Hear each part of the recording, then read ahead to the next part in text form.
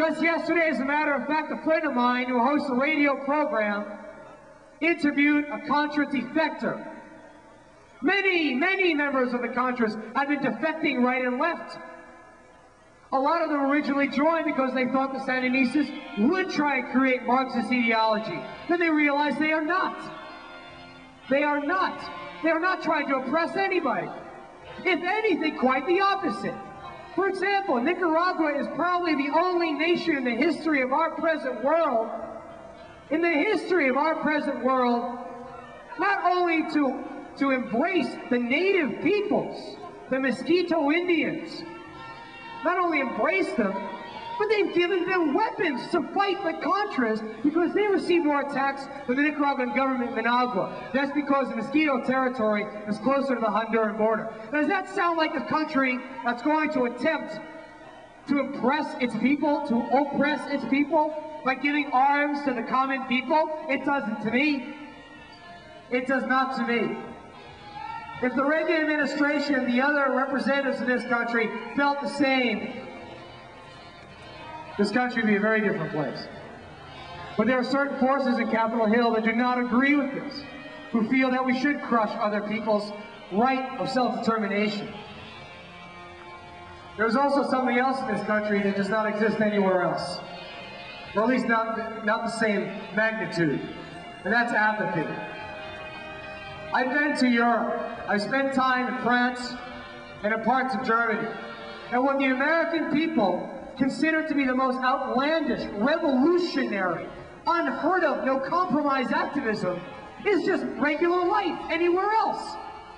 And as an American, I am disgraced by this, that people are walking away from me, not listening.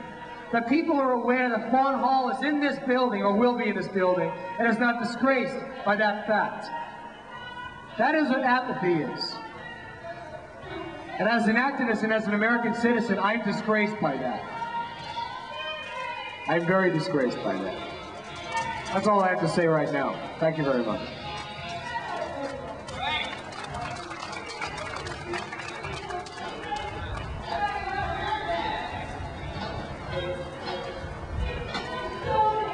One last note, I'm sorry. Next month, the House will be voting for further Contra aid. Please, by all means, contact your representatives and urge them for no further aid to the Contras. The Contras are not a viable political or military force.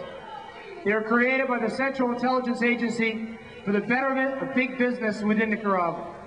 They do not want to see the Nicaraguan people live their lives the way they see fit. I'm terribly sorry you agree. You disagree, rather. But that happens to be the situation.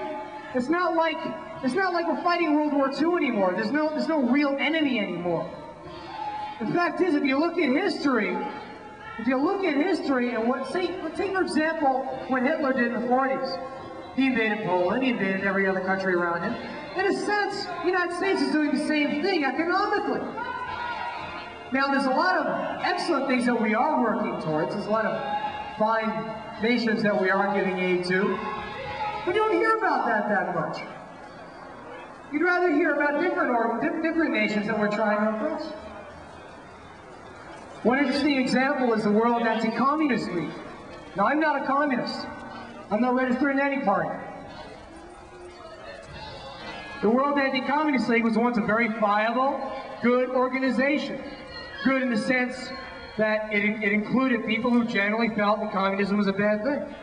And it began in Thailand, I believe. And it's since become an organization rooted with fascist organizations.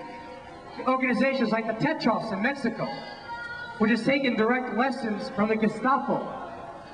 This is just one example of how what started as a viable, good thing, good in the terms of embracing another person's difference of opinion, can turn around to something very different.